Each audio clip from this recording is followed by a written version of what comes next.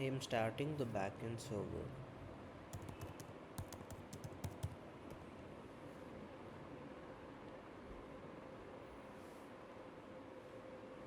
To start the backend server, I'm using the backend is run on Flask, so I'm using Python app.py, and the front end is in Node.js, so I'm using npm run dev.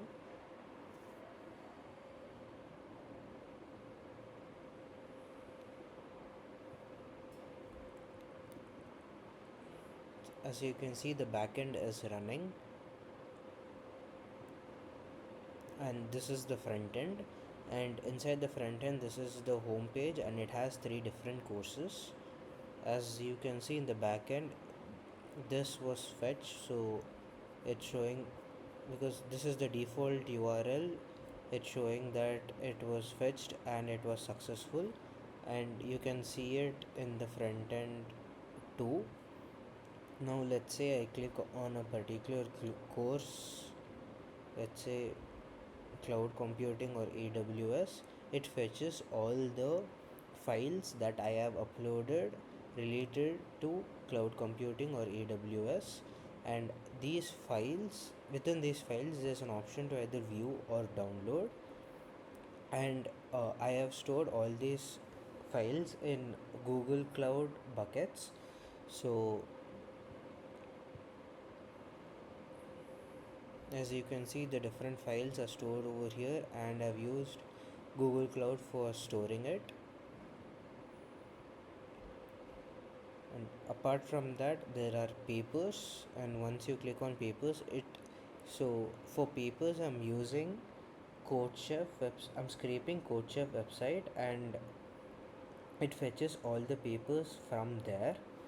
And before we move forward, let us verify it with the backend one. So as you can see, in the backend, when I clicked on cloud computing files, it fetched the files. And then when I clicked on when I changed to cloud computing papers, it loaded the papers. It ran a script in the background which fetches all which fetches which scrapes the CodeChef website and fetches all the papers from there. And apart from view and download, I have implemented another thing called Ask AI.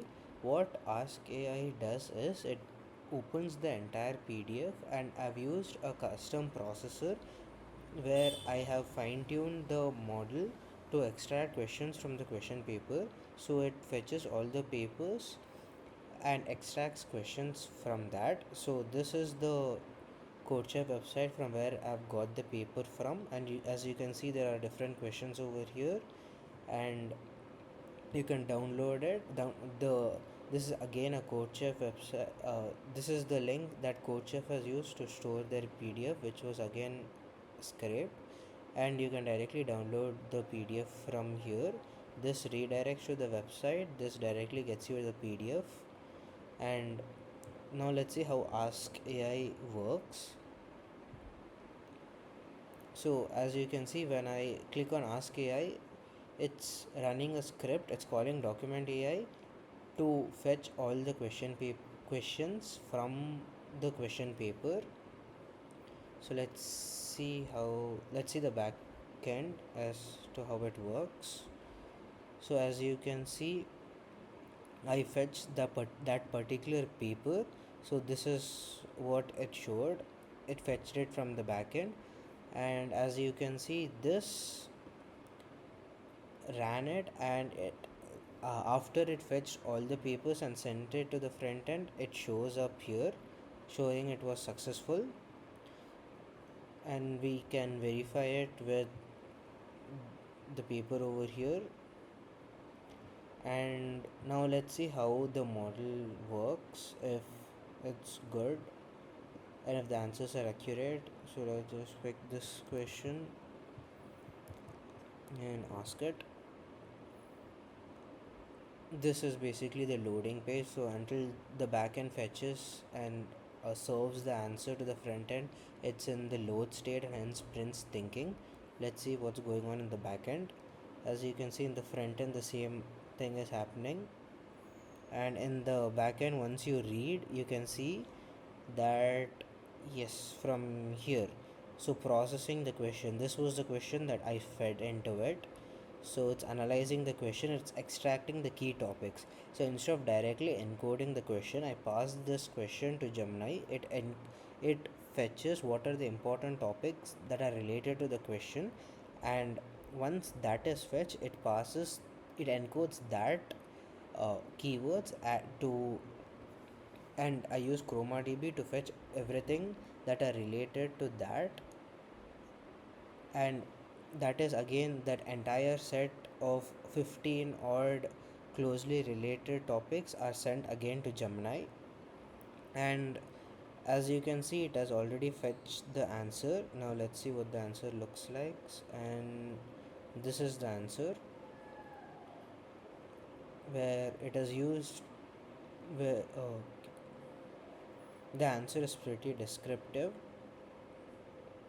as you can see, and in order to verify from where the answers are fetched, it used these resources to fetch it. So if you have any doubts or you would like to read more about it, you can go to this particular resource and read about it. All these resources are present here. It fetches only from these resources and hence is grounded. And so one might ask as to why not directly just ask it a question. This is the same thing without the questions part over here. You can ask it any general question that you would want. So let's go to databases and try student and ask what is a database.